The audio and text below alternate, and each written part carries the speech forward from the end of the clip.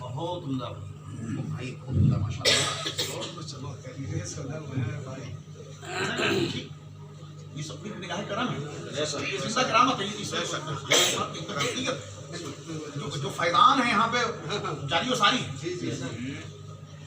زندہ کرامت ہے۔ نحمده ونصلي على حبيبه الكريم اما بعد اعوذ بالله من الشيطان الرجيم بسم الله الرحمن الرحيم قل بفضل الله وبرحمته فبذلك فليفرحوا سبحان اللہ، سبحان اللہ۔ صدق الله مولانا العظيم وصدق نحن على ذلك لمن الشاهدين والشاكرين الحمد لله رب العالمين۔ سبحان اللہ۔ عزیزان محترم، برادران طریقت، آپ تمام حضرات کو جشن عید میلاد النبی کی بےحد مبارکباد۔ ادھر آگے سنگر کے بیٹھے آواز ہوتی ہے، پیچھے سے ببلو آگے کرو آواز۔ آئیے سب سے پہلے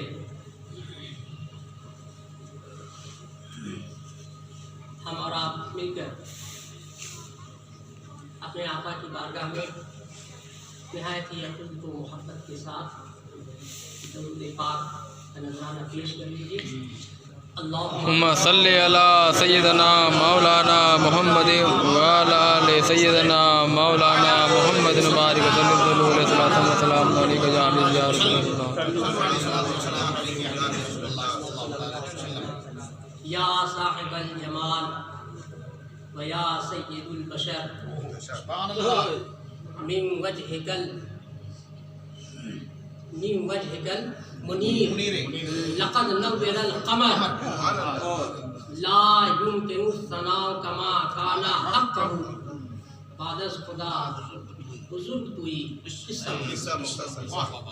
لوح بھی تو قلم بھی تو تیرا وجود الکتاب گنبد آبینا رنگ تیرے محیط میں حباب اور شوکت سنجرو سلیم تیرے جلال کی نمود اور فقر جنید و بایزید تیرا جمال بے حجاب۔ یا رسول اللہ، شوق تیرا اگر نہ ہو میری نماز کا امام، شوق تیرا اگر نہ ہو میری نماز کا امام، میرا سجود بھی بے حجاب، میرا قیام بھی بے حجاب۔ حضرات گرامی، بہت خوش نصیب ہیں ہم لوگ کہ آج تین علماء کرام اس سرپرستی جلسے کو حاصل ہے۔ میں سب جانتے ہیں، ایک ہی بات دہرانے کی ضرورت نہیں ہے کہ میں تو بارگاہ ضیاء رسول کا کتا ہوں اور خواجہ ضیاء رسول کی جوتیوں کا صدقہ ہے کہ ہمارے سر پر عزت کا تاج ہے۔ بے شک، سبحان اللہ، سبحان اللہ۔ میں تقریر کرتا نہیں ہوں، عالم ہوئی آپ جانتے ہیں، تقریر کے فن سے واقف بھی نہیں اور یہ خواہش بھی نہیں ہوتی ہے۔ مقصد صرف یہ ہے کہ کتے کا جو کام ہوتا ہے وہ کرنا چاہیے، اور کتے کا کام یہ ہے کہ ہر حال میں وہ مالک سے اپنی وفاداری کا اعلان کرتا ہے۔ بے شک، سبحان اللہ۔ ہماری حیثیت یہی ہے، اور ہم سمجھتے ہیں کہ اس مجلس میں جو لوگ بھی تشریف فرما ہیں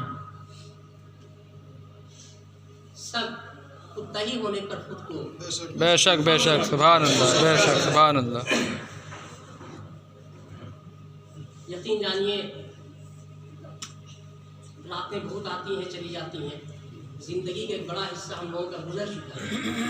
کتنی رات آئی ہے اس کا کوئی حساب نہیں ہے، اور کتنی رات کو ہم نے کیسے گزارا ہے یہ بھی پتہ ہے، مگر قسمت سے ایک رات آ گئی آج کی۔ اس لیے پیچھے جو ہوا سو ہوا، اب تو کچھ ہو نہیں سکتا ہے، اب آگے کیا ہونا ہے وہ تو ہم کر سکتے ہیں۔ چنانچہ خاص طور پر ذہن میں اس بات کو سمانا چاہیے، ہٹانا چاہیے کہ آخر کیا بات ہے کہ صوفیاء کرام آج کی رات کا اتنی بے صبری سے انتظار کرتے ہیں. ربیع الاول شریف کا چاند ہوا نہیں کہ تیاری شروع ہو جاتی ہے. یہ آج کا دستور نہیں ہے، نیا دستور نہیں ہے. یہ دستور بہت قدیم دستور ہے. کتنا قدیم ہے کہ تلاش کرتے رہیے. بہرحال وجہ کیا ہے؟ اور پھر یہ کہ ان کے نقش قدم پر جو لوگ چلنے کی کوشش کرتے ہیں، ہم جیسے گنہگار، ان کے طفیل ہمارے دلوں میں بھی ایک ایسا جذبہ پیدا ہو جاتا ہے. آپ غور کیجیے گا کہ ربیع الشریف کا چاند نظر آ گیا اور خود بخود آپ اپنے اندر ایک حرارت محسوس کیجیے گا، ایک گرمی محسوس کیجیے گا. آپ کے جو جذبات ہیں بدل جائیں. اور میلاد کی منڈی جب برپا ہوتی ہے، ہم اور آپ جب اس میں پہنچتے ہیں اور ذکر سرکار جب شروع ہو جاتا ہے تو کیفیت بالکل ایسے ہو جاتی ہے جیسے مرغی کو ذبح کر کے اگر چھوڑ دیا جائے تو کہنے کی ضرورت ہے کہ تم تڑپو. مرغی کو کہنے کی ضرورت ہے کہ تم تڑپو. عاشق کی کیفیت ایسی ہوگی، کہنے کی ضرورت نہ پڑے کہ تم تڑپو. بھائی آقا کا نام آ گیا، یہی کافی ہے. محبوب کا تذکرہ ہو رہا ہے. ایک ربیع الاول شریف سے ہم لوگوں نے انتظار کیا، روز دعا کرتے رہے، پروردگار کم از کم اتنی زندگی کا لمحہ بڑھا دینا کہ 12 ربیع الاول پا لیں. بہت قریب پہنچ گئے ہیں تو خوش نصیبی ہے کہ نہیں؟ پا لیا. چنانچہ آپ صرف اس کو سمجھیے کہ آج کی یہ رات ہے کیا. بس اس سے زیادہ اگر یہ بات سمجھ میں آ گئی کہ اس رات کی اہمیت کیا ہے، کیا واقعتاً یہ رات ہے کیا. راتیں بہت آتی ہیں، کل کی بات آئے گی، جو لوگ زندہ رہیں گے ان کے لیے. دیکھیے قرآن شریف میں سورہ یونس کی ایک آیت ہے جس کی تلاوت کا میں شرف حاصل کیا. تینوں اتفاق سے دقاق الفاظ میں تشریف فرما ہے. آپ لوگوں سے مؤدبانہ گزارش ہے کہ اگر کوئی سہو ہو تو برائے کرم آپ کو دیے گا تاکہ ہم کسی گناہ میں کسی گرفت کو نہیں پڑیں. سورہ یونس کی آیت ہے، قل بفضل اللہ وبرحمتہ فبذالک فلیفرحوا. اللہ کہہ رہا ہے، ذرا غور کیجیے گا. رسول اللہ نے نہیں فرمایا، اللہ فرمایا. اے میرے محبوب، آپ کہہ دیجیے اپنے لوگوں کو. کیا بات ہے، آپ فرما دیجیے. ذرا غور کیجیے، یہ خواہش رسول اللہ کی نہیں ہے، یہ خواہش اللہ کی. اللہ اپنے محبوب کی زبان سے کہلوا رہا ہے کہ ذرا آپ فرما دیجیے، لوگوں سے کہہ دیجیے.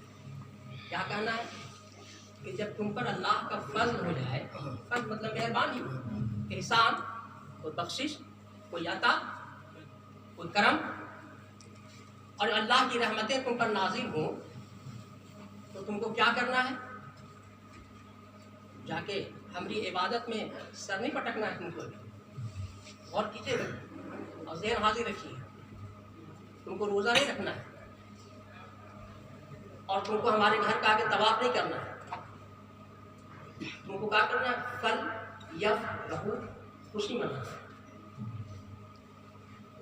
جی فرحت کے معنی میں ہے. اللہ کہہ رہا ہے کہ جب تم پر لگے کہ اللہ نے ہم پر فضل کیا ہے، ہم پر احسان کیا، ہم پر اللہ کی عطا ہوئی ہے، نوازش ہوئی ہے، اس کی رحمتیں نازل ہوئی ہیں، تو اللہ ہم کو دیتا ہے کہ خوشی مناؤ. کیا ہم کو دیتا ہے؟ خوشی مناؤ. اب اپنے ہاتھ پر سینے پر ہاتھ رکھ کے سوچیے کہ اس سے بھی بڑا فضل کیا ہوگا. واہ بے شک، کیا ان کی امت میں اللہ نے ہم کو پیدا کر دیا. بے شک بے اس شک. سے بڑھ کر کیا احسان ہو سکتا ہے. چنانچہ ربیع الاول شریف کے منتظر کیوں رہتے ہیں صوفیاء کرام، اور خاص طور پر اس رات کو وہ جاگ کے رسول کا تذکرہ کر کے کیوں گزارنا چاہتے ہیں؟ تو اس کو سمجھیے آپ.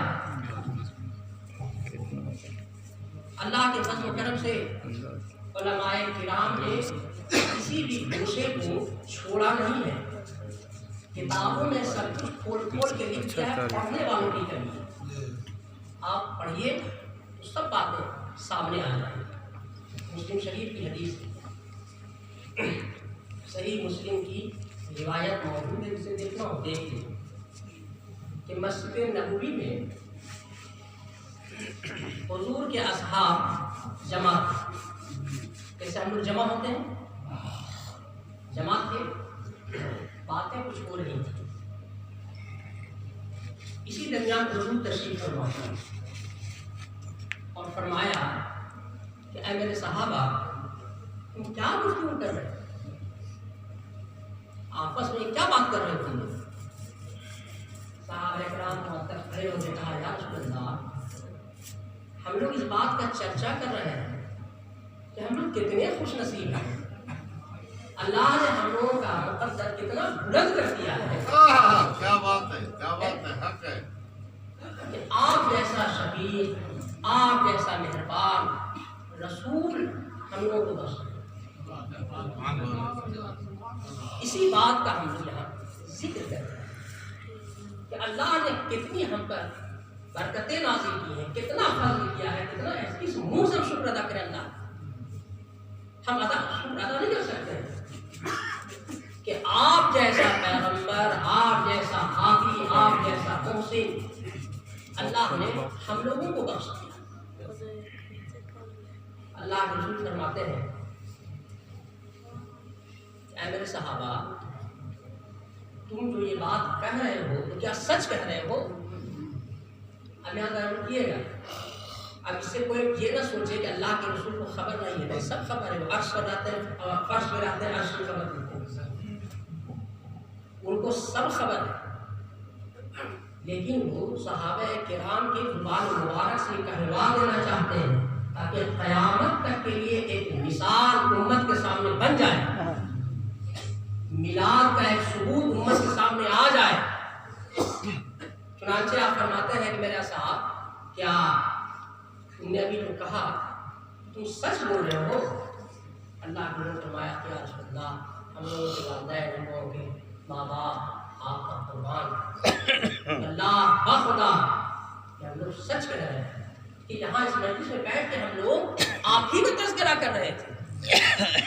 اب جواب سنیے اللہ کے رسول صلی اللہ علیہ وسلم کا، کہا کہ صحابہ، ایسا نہیں ہے کہ میں تم کو جھوٹا جانتا ہوں، اس لیے ہم نے تم سے حلف لیا۔ حلف لینے کا مقصد یہ نہیں تھا میں تم کو جھوٹا سمجھتا ہوں، نہیں، حلف لینے کا مقصد یہ تھا کہ ابھی جبریل امین تشریف لائے، سبحان اللہ، سبحان اللہ، اور فرما رہے تھے کہ یہ جو آپ کے اصحاب مسجد نبوی میں بیٹھ کے آپ کا جو ذکر کر رہے ہیں، تو ابھی ابھی عرش پہ اللہ نے ملائکہ کو جمع کیا، ملائکہ کا جلسہ کیا عرش پر، اور فرمایا کہ دیکھو یہ ہمارے پیغمبر کے غلام ہیں جو ہمارے محبوب کا تذکرہ کر رہے ہیں، مجھے ان لوگوں پر فخر ہے،